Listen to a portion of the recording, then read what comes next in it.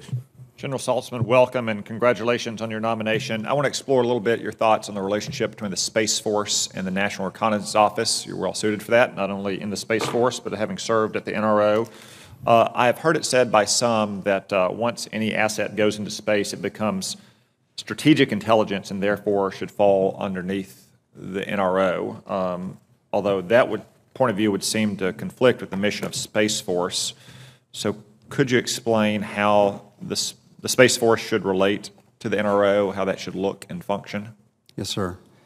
I learned to fly satellites in the NRO. I was an NRO ground station commander, so I speak from a personal basis, from an insider, if you will, that mission that the NRO does, the missions that the NRO does are critical to the United States.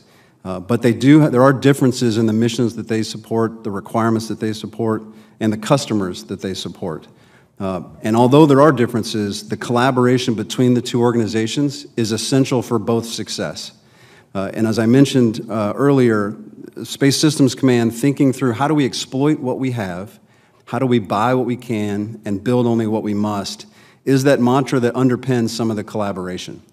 We will need to look as we examine where our missions start to overlap, whether it's intelligence, surveillance, and reconnaissance, or some of the other protect and defend missions. Wherever we overlap, we need to evaluate what current capabilities exist, what we can buy commercially, and what we need to build specifically to fill the gaps, and then not walk all over each other, to not be overly redundant because we can't afford to be.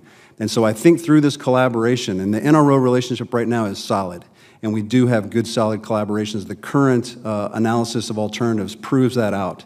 And so I think we're on a good pace. I think we just need to keep it up. Are there any changes to the law that need to happen to ensure that Space Force can do that? I'm not tracking any changes that need to occur now, sir. As I get into the position, if confirmed, I would welcome the opportunity to come back and evaluate any changes or make any requests that need to be modified. You've said this morning, as have others, that space is a warfighting domain. Most people, I think, understand that our troops on the ground or on the seas or in the air use our space assets to help fight war in their domains. But do you also mean that space itself could be a warfighting domain, correct? I do.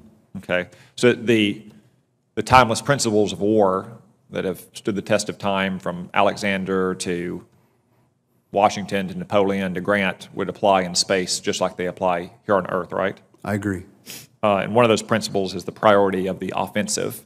Can you talk to us a little bit about what offensive operations in space would look like? When I think about space superiority, which is kind of the phrase we use to mean that we are going to contest that domain to make sure that we have access to the capabilities, part of that also means that we're going to protect the joint force from an adversary's ability to use space to target them. I think the best way to achieve this is through deterrence. Prevent a war from extending into space, denying us those capabilities. But the best way to deter is to have a resilient capability and to have offensive and defensive capabilities that creates a credible force. That's where you really get your true deterrence. All right. Thank you, General. Thank you, Senator Cotton. Senator Gillibrand, please. Thank you, Mr. Chair.